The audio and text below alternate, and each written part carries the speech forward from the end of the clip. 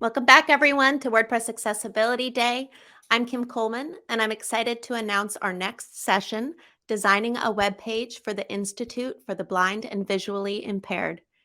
This is presented by Ole Goldberg and Anna Ingeborg Lynette. Ole is an ICT specialist working on digital accessibility at the Institute for the Blind and Partially Sighted.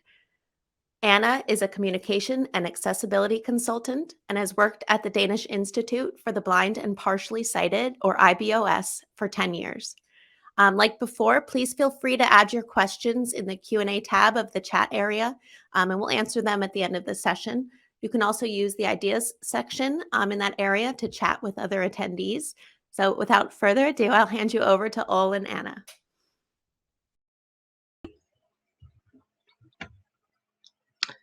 Hi.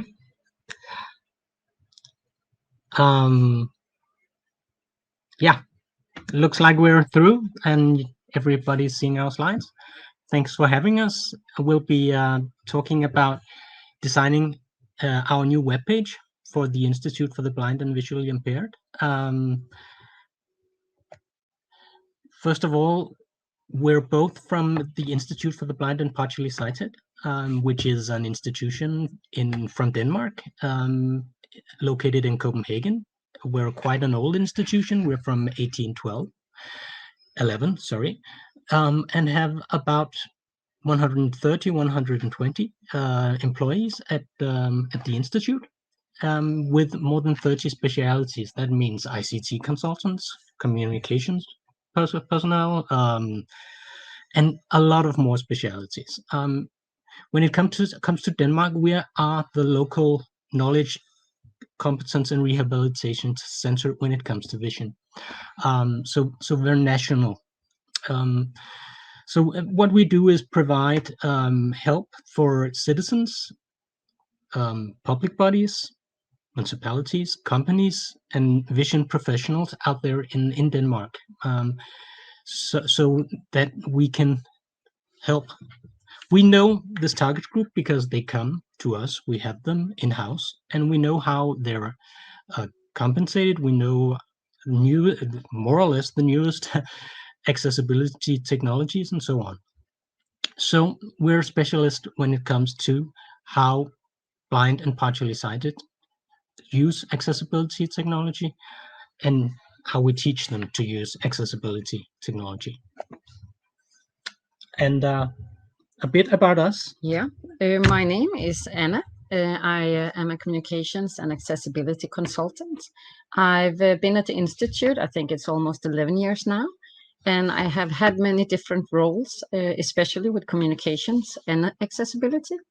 I have very much experience when it comes to working, with text and content and design and documents in regarding to accessibility. Communication is a big part, but I also part-time, I work with Ole, where we teach and consult external partners about accessibility. Yeah. As already said, I'm an ICT specialist. That means I usually work on digital accessibility. Screen readers are more or less my major area. When it comes to digital accessibility, I'm a member of the advisory board for the Agency for Digital Government in Denmark's their advisory board for web accessibility. I'm a member of the committee that supervises how we monitor the law when it comes to digital accessibility for the public body websites. And I'm also a member of the Danish Standards Committee called DSS 437. That is a really strange name for the committee that actually does standardization when it comes to digital accessibility. So that's more or less that. Yes, I'm going to tell you a bit about the target group we have at IBOS. We have two different target groups. The one is the adults who has severe visual impairment or blindness. That could be people who are in employment or studying, but it could also be people who are on their way to find a job or to get into a different study. We have student counselor for that.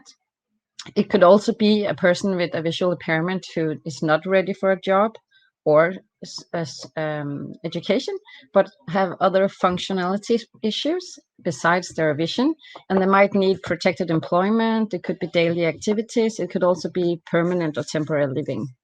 The other core group we have are the professionals working in the field of vision, and they work locally all around Denmark. And since we are the most specialized place, they come to us and we do counseling, education. We have courses and knowledge for the professionals.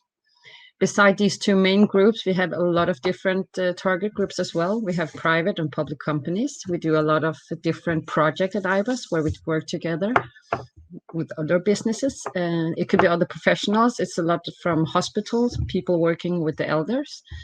There is also, of course, next of kin. So all in all, we have a lot to consider when designing a web page. We have people who use a lot of assistive aids, so the technical part has to be perfect. But we also is a business that sells, so we also need to have a very attractive and visual functioning page. We have taken this slide to show how Ole and I work with accessibility. We always focus on these 4 different subjects, which we think are equally important when working with accessibility. It's both the technical part, the content, the design, and of course the ease of use, which is also very, very important. And this brings me to why are we here today? And we are here today to share the practical experience we had about this IBUS web project. And on this slide, I showed you 2 pictures. And on the left, we have the old IBUS, the old web page. And on the right, we have shown you the new page. The old IBUS, we had more than 3,000 pages, and that was not including all the news. And when we finally changed the page, it had actually run for almost a decade. The web change was supposed to be with the budget, a web company with experienced web people who knew everything about a web process. Me and my communication colleague were supposed to be project leaders. Me and Ole were supposed to be the accessibility watchdogs for everything the company didn't overcome. We planned to have a year to do it, 6 months full time. And it was supposed to be planned and coordinated, but this did not happen, of course. Shortly before we were to start this project, IBUS started another process of trying to become self-governing from being a public place. Because of this would change radically how the web page would work and function, we had to postpone this project, so we had to wait. This new process was supposed to be investigated and finalized within 6 months to a year. So we thought we wait. But after 6 months, we could just see that the status change just got prolonged, and it got prolonged. So every 6 months, it would happen. It took a lot longer. During, actually, I think it took almost 4 years before we had the final status. So during these years, we slowly neglected the old web page because we didn't want to put all the money into the system upgrades, because in a few months we were to change it. And after a few years, the reality hit us. We had created a web page that was so defaulted and had so many security gaps. It started to get hacking attempts. So our GDPR was deeply, deeply threatened. And the system update was so expensive now that it would eat half the budget for the new page. So this is where the Burning Platform came in. And then we got this idea, because Ole is a very skillful technician and knowing WordPress very well. So we thought, okay, let's make a temporary website. Let's do it on our own. We don't need this web company to do this. We can probably do it in 3 to 4 months if we hurry. A lot could talk against this, the 3,000 pages. That's a lot to do in 3 to 4 months. But we thought, okay, it could be a big bonus. We're going to learn a lot more about accessibility. We're going to build it from scratch. We could really try it as we go. We wouldn't have the middleman. We could just do it ourselves. And we could get more experience and guide others in the end. So we did it, and we started. And 2 months after we actually started this project and was well on the way, the status of IBIS came to be. But everything was going smooth, and it was going well, and all the target groups were real pleased. So in the end, this became the final site for the Institute and for the Blind. Yeah.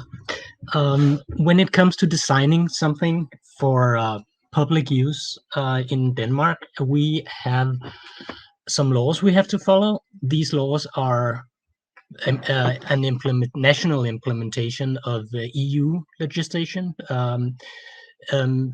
It began in 2018, and it more or less says you have to comply to the European standard when it comes to accessibility. That means compliance with EN 301549, Chapter 9, which is about web documents.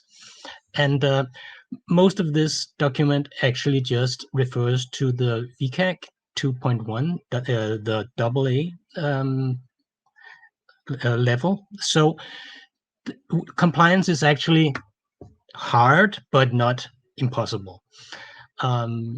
What was really interesting about compliance was that when we talked with different web developers out there with the new web design, we actually had the problem that we knew more than them. I think that Nick stated in the keynote that he also had problems finding a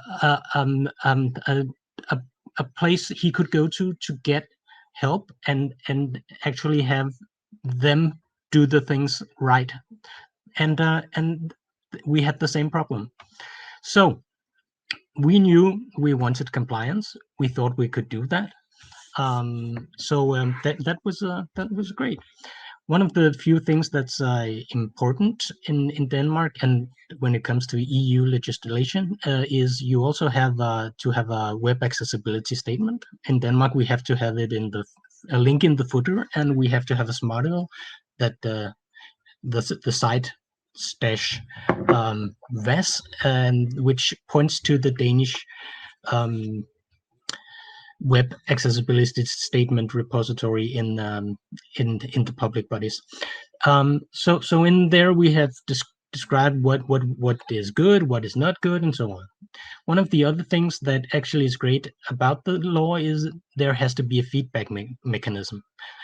For us, we have a phone number and we have an email, and we really makes it clear that we don't want people sending us personal information, because that's always a danger when it comes to sending emails, at least for us being in the health area. So when it comes to laws and standards, it's pretty clear what we have to do.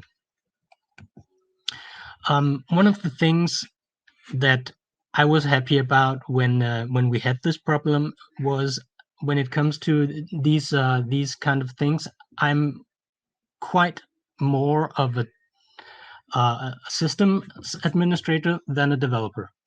And when choosing what you want to build on, I have very great open source tools. And that means when you want to build a website, you can choose really, really standard, rock solid foundations. We chose the more or less standard approach to this: Linux, Apache, MySQL, MariaDB, PHP, running on Debian. And when we started out, we used the Debian provided package for WordPress, which means that is a really old Debian, I believe 5.7.5 something, but it is provided by the operating system. It's provided by Debian. I know they're keeping their eyes on the system when it comes to updates, and I know it plays well with all the other things. So for us, not being professional developers or or general, more or less, just wanting something that was really rock solid, that was a way to go. We have WordPress 6 recently updated yesterday to 6.1 on another host minor site we have on the same server actually. So we're learning how to do both. But again, these open source tools provided us a rock solid foundation and a way to stand on the shoulder of the giants who built this, which is pretty amazing. So we added some CSS and some other minor templates and so on. And the goal for this is actually not to add something. The goal is to do something that is simple, more or less maintenance free, and have as clear a back end as we can have, and a shiny front end as well. So so these are the open source tools we have on the back end. When it comes to the front or the plugins, we had quite some problems actually, because being a very small language area, we have an issue with a lot of plugins being partially or not translated to Danish. We have a problem with many of the plugins that we looked at were not that accessible. But every time we looked at plugins, those were the key points for us. We had to have our users present the content in a language that they understand. That means Danish. And we have to have plugins that are accessible. So we have cookie consent, that is a law. We have to ask the users for cookies. We would like to have breadcrumbs. That is one of the things Anna will talk about navigation. We wanted accordions also. There is a great plugin for that. Sitemap, again, navigation. Some help with search. We found search was hard. Some statistics, and again, for us text-based geeks, we actually like SSH, so that is a plugin for that also. One of the things that we considered, not that much, but was asked to consider. I remember when we launched the site, a colleague of mine asked, I know this great accessibility overlay, and I was, okay, I'll look at it. And what I found out was it actually broke our compliance. It meant that we were actually not accessible, but inaccessible. So I chose to ignore the request about that overlay. Our boss actually also asked, oh, I've seen these overlays. They're great, aren't they? And I told him, we're actually breaking compliance. We're actually having a problem presenting accessible content to our users if we use these overlays. So we have not used any overlays. We don't want to, because we want to do accessibility the right way, and that is actually not by adding glue or extra content.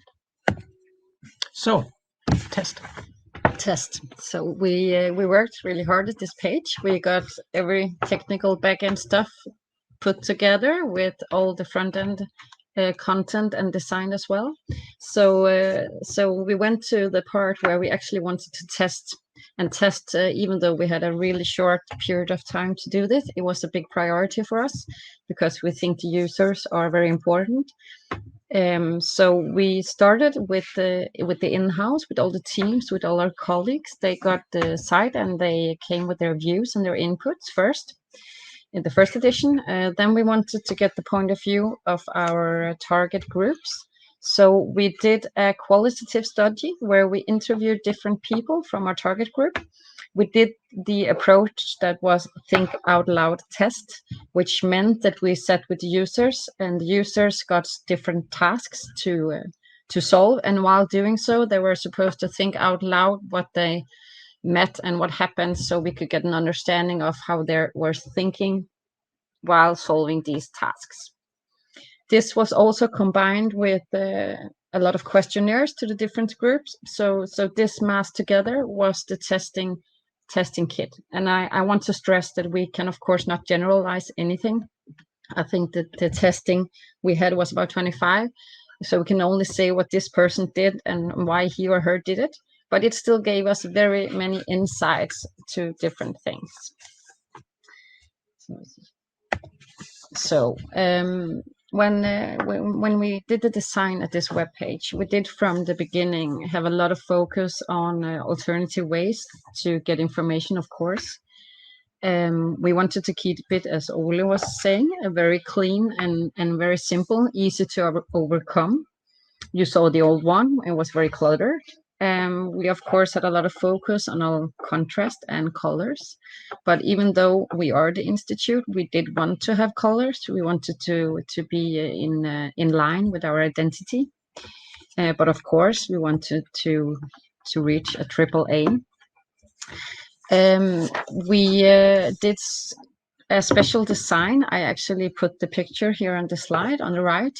We have this main menus on the front page, and they are basically with the picture and the text.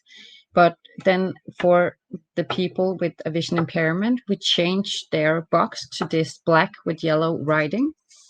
And we did it, of course, also for the people with the low vision, so it was easier to see. But a lot of our users use so much Zoom that it wasn't primarily for them. It was also a design decision to give focus to our area.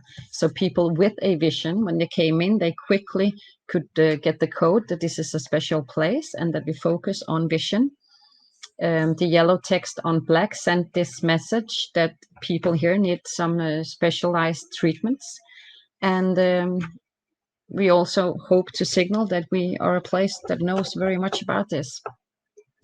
Another design thing we did was that we wanted to keep all our content in the center of the page.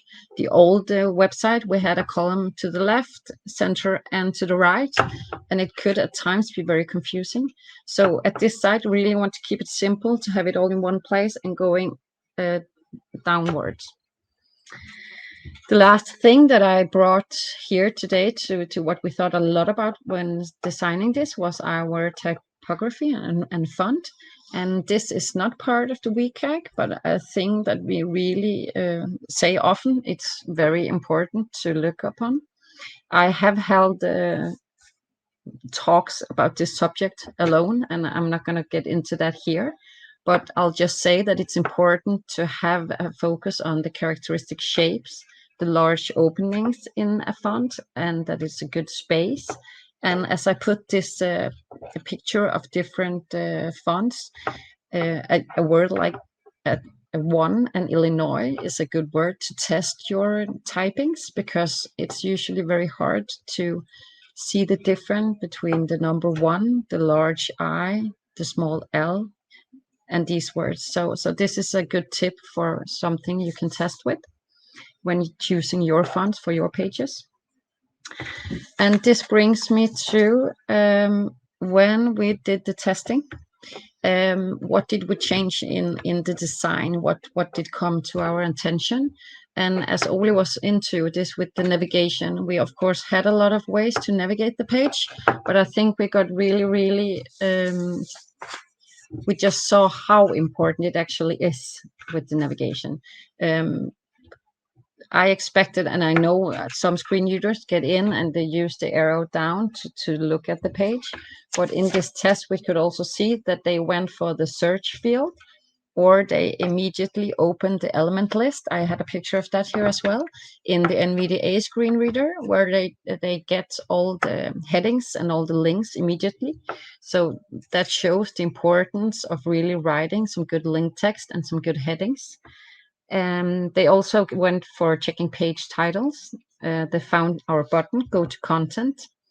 And they have a lot of different strategies to access this page, where people with a vision did as expected. They went down, they looked, they found the main menus that we designed. So it's very important to have many ways in.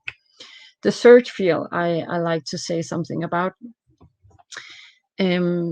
almost everyone that used the search field, that we discovered, one of the things that we discovered that we did wrong in the beginning was that we actually did gather our content in very long pages. So we had this page for people with a visual impairment, and it turned out when they were searching, they got one hit, which basically could be a good thing. It's not a lot to confused with, but the pages were so long. So when you were using a screen reader, it was very difficult to find the content within that page. Whereas we could see that people with AVision had no problems because the colors and the design made it easy to find the different sections. So actually, after testing, we split up some pages again. So we got more pages and more search results, but it's easier to access the different contents. But I still think all in all today, I think we have 65 pages on this site compared to the old where we have 3,000. So we still have focused our content a lot.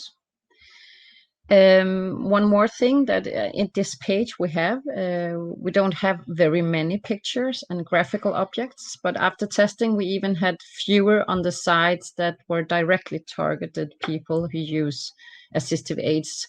So if it doesn't have any meaning, we took it away so it doesn't make a lot of noise.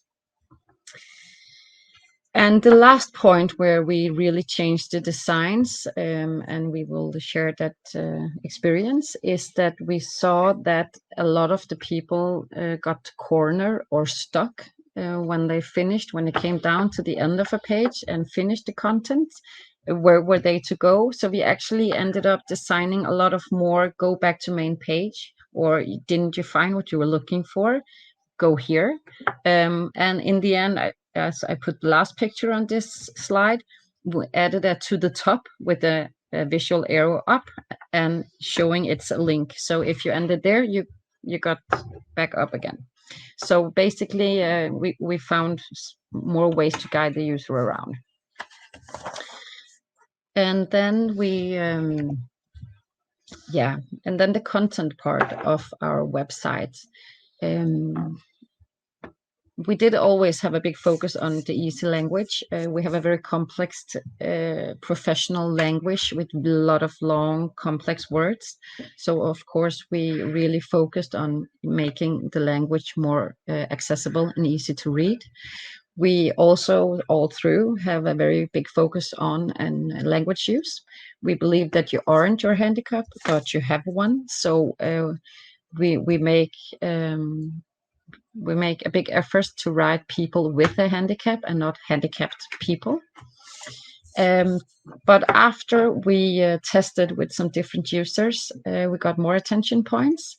And some of the testing we did and some of the task was to find some of the employment offers we have for the target groups. But very quickly, we could see they got no hits when trying to find this in the search field, because this subject or area have so many different names. You can write job, profession, it could be work, occupation, employment. And of course, the person who was testing it didn't use the same vocabulary as we did. So we get back, and all the big areas, we started using a lot of synonyms to find and get this into the content. Then also a thing we discovered was this with the page titles, and that how we editors sometimes can get a bit too creative. We had a lot of videos, podcasts, and with a lot of good inspiration, and we thought we're going to collect this in a page, and we called it Find Inspiration. It's brilliant. But testing again, we saw that the users didn't find anything because they search on video, they search on podcasts, and no hits. So be specific is another advice. So now we split it up, and we have a podcast side and we have a video side, and the creativity side, we use it in other places. And then the one more point was that we spend a lot of time guiding our users in the text. For example, we have this contact our teams, and in the beginning of that page, we make sure we have text that say this. The content here is written in alphabetical order in 3 columns, so that the users who use Zoom or screen readers know how to search for the information before starting. So that is also some small things we do to make it easier. And in the end, I'm just gonna say that make a checklist and give it to your editors. Even though we are many people here, it's really easy that you forget a small thing, alternative text, a headings, put it in right, and very slowly it gets all inaccessible again. So that was my last good advice. I think that was it for this. Yeah. So when we design for screen reader users, we're actually having some issues always, because screen reader users are very complex. There are different screen readers that do different things and in a different way. For instance, there is a very much difference on how VoiceOver on the iPhone works compared to, for instance, NVDA or Supernova. And one of the things when it comes to that is, more or less, even though they're different, they comply to the same things. There are some differences when it comes to which area attributes and so on they conform to, but more or less they're okay, all of these. But users have different levels of experience and different ways of doing things. So the complexity here might not actually be in the accessive technology, but also in the users. There are different verbosity levels, there are different languages, there are different voices. For instance, we have a Danish voice that pronounces some words really, really strange, and you can actually hear on some of our blind users which voice they're using. So that's a complex issue. Not complex as it can't be solved, because there are actually some very good guidelines when it comes to accessibility for screen reader users in the VCAC. If you look there, you don't have to be scared. But some of the things when it comes to the users and the way they use the web page are where the problems can start. One of the things we found out was we actually want to help our users. So we made a guide for the users of screen readers. That meant we tried to describe how the pages were built, how are they marked up when it comes to headings, are there things they are not used to. One of the things that some of our users were not used to were accordions. So we described how they use these accordions, what were their function. There were buttons, maybe headings, and so on. They could be folded in and out, and so on. So giving the users some guidance were key. And one of the things that we actually always discuss more or less is it a problem that we have when it comes to accessibility? Is it a technical problem, or is it a user problem? Because some of the feedback we get is hard. For instance, Anna mentioned the title attribute. And I think to most part, we actually have great titles. But what if the user actually wants to read out the link for a page? Will that give the user some idea where the user is on this web page? Not necessarily, but we have users that tried that.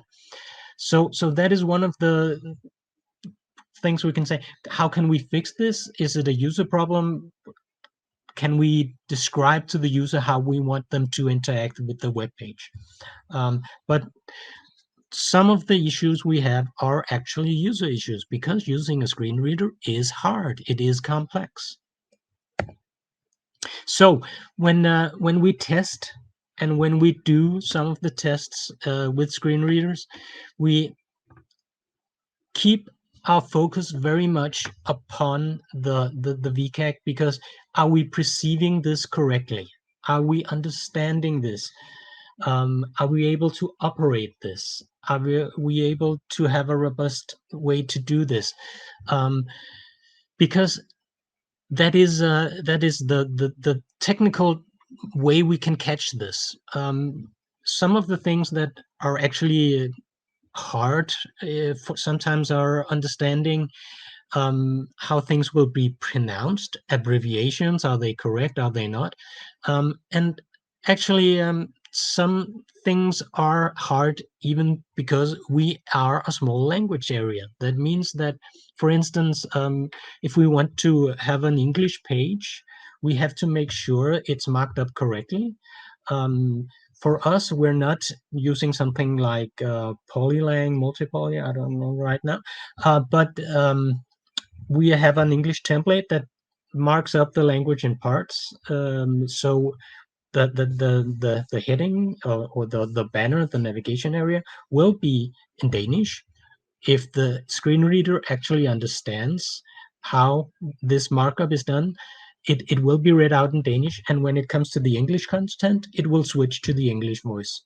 So that is VCAG 311, 312 that we're actually trying to be aware of. And that is actually one of the things that are really hard when it comes to the difficulties we're having. That is a language. Yeah, time's running. Low vision users, we test, of course, when it comes to them, and that is actually really hard because people use different kind of magnification. When it comes to the VCAG, we have text resize. That means we have to be able to not magnify, but resize the text to 200%. But that's actually not what our users use. They use full screen magnification, sometimes up to 8 times. And that actually means that the area they see of the screen is really, really small. Sometimes they use color filters, color enhancements, focus enhancements. That is a big, bright yellow arrow or something. And sometimes they use click to read. So they have many ways into using a web page. One of the things that, for instance, Anna talked about was the way we designed the black with yellow text on it, the entrance for the low vision users. And when you use color enhancements, not inverse colors, but reverse colors, I think it's called in ZoomText, you would get the black to be white, but the yellow keeps being yellow. That means the contrast was horrible and is horrible, but it is one of the things that actually is hard to do something about. So that is an editorial thing that we have to figure out how we want to do that. So low vision users, colors, and magnifications are actually something that's even harder when you ask me than screen reader users. So what have we learned?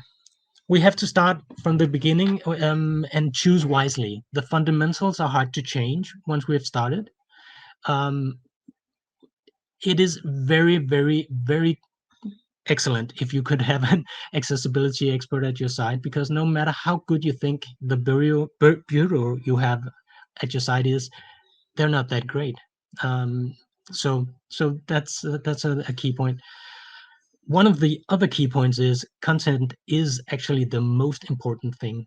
It's not the technical stuff, it is the content. So when the solution is done, when you are more or less secure in the accessibility of the platform, you have to be aware that the content editors will be able to screw this up, train them. Have a starting point, a plan, and work from there. Accessibility is a project. We're not there yet, but we have to keep going. But there will never be a finishing line. There will be new standards. There will be new accessible technologies, and so on and so on. And as Anna has done, test, test, test. The people we have doing testing with us are actually our gold. They're our treasure because they find the things that we cannot. What would we like to do more? Time-based media is actually something we would like an easy way to do, because that is actually hard. And one of the things with the ESL interpreter is great having that. I know some of our users will love to have that on our video and time-based media. So an easy way to do that, we would be greatly appreciative. We would like more time and effort, put in effort into helping our users, both when it comes to accessibility and usability issues. Of course, the editors and co-workers we have, we want them to be even better at accessibility and usability issues. We have a lot of integration problems. when it comes to some of the platforms. For instance, we use Moodle. We have other different platforms that we want to tie in and integrate, and we can do that better. So that is one of the other things we would like to do better. And we would like also to test. So I think that almost makes it our time. And I will start here. Thank you so much. No, you did perfect on the time. Absolutely perfect. And I loved all the memes and the graphics in your slides. I was just like, oh, what's the next meme going to be? Super fun. We're going to start the Q&A. So if you're watching live, you can still add questions in the chat area or in the Q&A section of the chat area. Our first question was, what was some of the feedback you received from users who are blind or visually impaired about the flow of the content? So, for example, were they searching for links first, previewing headings first, scanning the content? Could you just talk to that a little bit? I think actually the users we had primarily did one of the things. I think the users, they went straight to the search field. Every time they got a new task, they went back and they searched again for new words or the new thing they were looking for. So they kept doing that in that direction. And it seemed like a lot of the users kind of had their favorite way to do it. So the persons who wanted to use the element list used that very much to guide the way through in every page, and the people used the search field used that. We didn't see many that switched between all of the different things. I think the user we have that did that the most was the user who used Apple's screen reader, VoiceOver. I think that screen reader has a bit more, and Ole knows a lot more about that, but has this more options to change between how it searches than some of the other screen readers. So that's what we saw, that it was they went for one strategy and they used that, but the mass used very different strategies. That it is actually a great question, because as one that teaches some of our users how to use a screen reader, it actually comes as a surprise to me sometimes how people navigate. Because one of the things I would really like them to do, and I wrote the help we have to screen reader users. I would really like them to be aware how the content is marked up when it comes to headings. I would like them to know that we have done links right, and so on. But what we're seeing is actually some people are using something like JAWS search, which is actually just searching the raw text, and not using how the content is marked up, which is actually strange to me. And they might not be using something like the elements list or something, but something like VoiceOver's content lists, and searching in those are actually a very easy way to do it. So I think it's not a one size fits all, but it's actually a great question, and I think the arrow also points back to some of those of us who teach people how to use screen readers, that we make people more aware of the possibilities they have. Because what I experience is much content is actually accessible, but the user don't know how to do it or how to access it. So that is an explanation that they need. That is something that we need to provide for them. I think also some of the users aren't experts. I also tested with some of our ICT specialists here at IBOS that are blind. And of course, there's a huge difference testing with a person who actually works with this every day and know the screen reader. They had so many more ways to do it and options compared to an ordinary user who I clearly had learned how to do this really well and went for that strategy all the way through. So it's a big difference in their experience level as well. I guess on that point of testing, I'm curious if you have any recommendations for finding the right types of people to test, and that audience of people, because I know that's a challenge. If you said, within your own friends and family and the access you have in your organization, do you have any recommendations for people to conduct these types of accessibility user tests with their audience? Yeah, I think it's really important that you get the full width, because we see that it's such a big difference between our coworkers who are so very good at using their assistive technology, that you need to find some of the users that aren't that good. But of course, that's the discussion that we also need to help our users, because I don't think you should design for the users who are very inexperienced as well. To find some middle ground, and some issues might be hard for the users who have less experience. But then with the guide we did for screen readers, we hope to lift them up a bit, so it doesn't have to design for the lowest, but can find some middle ground. I think it's really important that you are aware when testing and doing, of course, both manual and automatic testing. Both is great. That you reach out to the user groups that you have. I think Nick also said, build it with us, not for us, in the opening keynote, and I think that's a really smart way of saying it, because if you build it for something that you think users would want, you will go wrong. And you have to be robust when it comes to having this feedback, because it will not all be great. But you have to reach out. You have to make sure that your ears are open. I have really big ears, so that should be no problem. But you have to reach out, and you have to be humble when it comes to it, and you have to be willing to want to change something.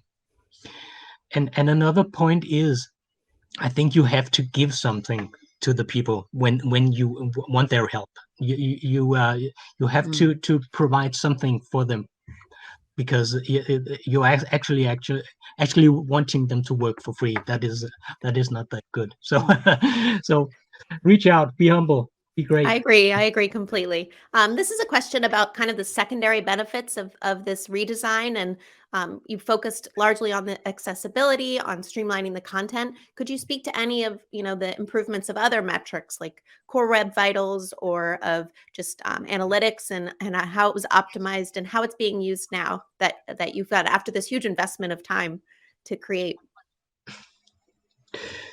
Oh yeah, that is that is something we actually argue about daily. Sorry. So I might get smacked now. Yeah. I am not interested in a lot of those metrics. I know Anna is. I am probably one of those who's saying, when it comes to a bit with a bit of arrogance, saying if I build it, they will come. I'm more or less focused on the other end of the scale. I want to build something that's great, so I believe it will be used. But our metrics, I don't know how they are compared to the old page, but we have metrics, of course. We have metrics, but and that's the kind of I don't think we have enough metrics on this new page. With the old page, we had Google Analytics, and I had a lot of different insights, and I could see a lot of different things. And we actually is reaching our 1-year anniversary with this site, and therefore I really want to go down to the metrics again and see how are we doing, what can we see. But the new analytic tool we have, it doesn't show as much as the old one, so I can see some basic things, and I can see we have good results, and we had a lot of more visitors than we did before, and stuff like that, but I can't see very deeply through that. So that is definitely one of the things that I would have wanted to have more data, and we are trying to upgrade that part. No, I mean, it is a More to trade-off, learn. but just knowing that you've built something that you're very proud of, that is so far an improvement from what it was prior to that, I'm sure that the metrics, when you look at them again, you'll just be like, oh, we're Yeah. good. And that annual check-in might be enough. Yeah, and people are coming and saying good stuff, so we hope that if something is really wrong, people will say it, but we can see we have a lot of visitors, and that's the most important thing. We have a question from our moderator. Other than the visual content and the focus on visually impaired or limited vision, do you also have a category that's focused on learning by audio? We do have, I'm not sure this is, but we do work a lot with podcasts and some, as to have a lot of our knowledge given in the, and I'm not sure what they mean. The podcast dimension is very audio. I believe that's more or less it. Also, we that is not directly on the main page, but we have content when it comes to learning. We have the Moodle platform where we put content that is Okay, time-based media, Mm. that is text-based. We like text because it's searchable. It's doable for many of our users. So we're not actually so much focused on audio. It's a great way. Having the podcast Yeah, we is a do a lot great of way, podcasts, but yeah. but text is great for us, at least. So it's a bit of both. I'm going to throw this one in really quick, this question. You mentioned this guide for screen readers to help them navigate sections like an accordion. Is that intermixed with the content where it's presented, or is it kind of a standard guide that's, persistent across the site, but it's a one document to read? It's one document. Okay. And the reason for that is because it would disturb the flow when reading a document where I would intertwine it. But I think it's a good idea. I think that could be something we could work on, because you would have to jump back and forth, for instance, or read the screen reader guide to get the information somewhere else. But I have, in the screen reader guide, integrated the elements that we're wanting to show them. So when the screen reader guide discusses accordions, there is an accordion. They can practice. They can see how those work. Perfect. We have a couple more questions, but they're telling me to cut off. So I appreciate both of you having been here. Thank you so much, Anna and Ole. I'm sorry I pronounced your name incorrectly in the beginning, but it was a great presentation, and we're all going to go check your website out now. Thank you very much. Yeah. And thank Thanks you, for everyone having else. Yep. Bye-bye. Everyone who continues watching, you can continue having your conversations in the chat area, or check out our social media and share using the hashtag WPA11Y or WPAD2022. While you're on break, we'd appreciate if you would go to wpaccessibility.day/feedback to provide any anonymous feedback you have for Anna and Ole, for our speakers on their presentation. And when you add that feedback, you can also enter to win a t-shirt while you're there. Our next presentation is how we made Joomla 4 accessible. That'll be at 11 a.m. UTC. While you're waiting, don't forget to check out our sponsors page. Go grab some virtual swag and enter for a chance to win some great prizes. We'll see you right here after the break.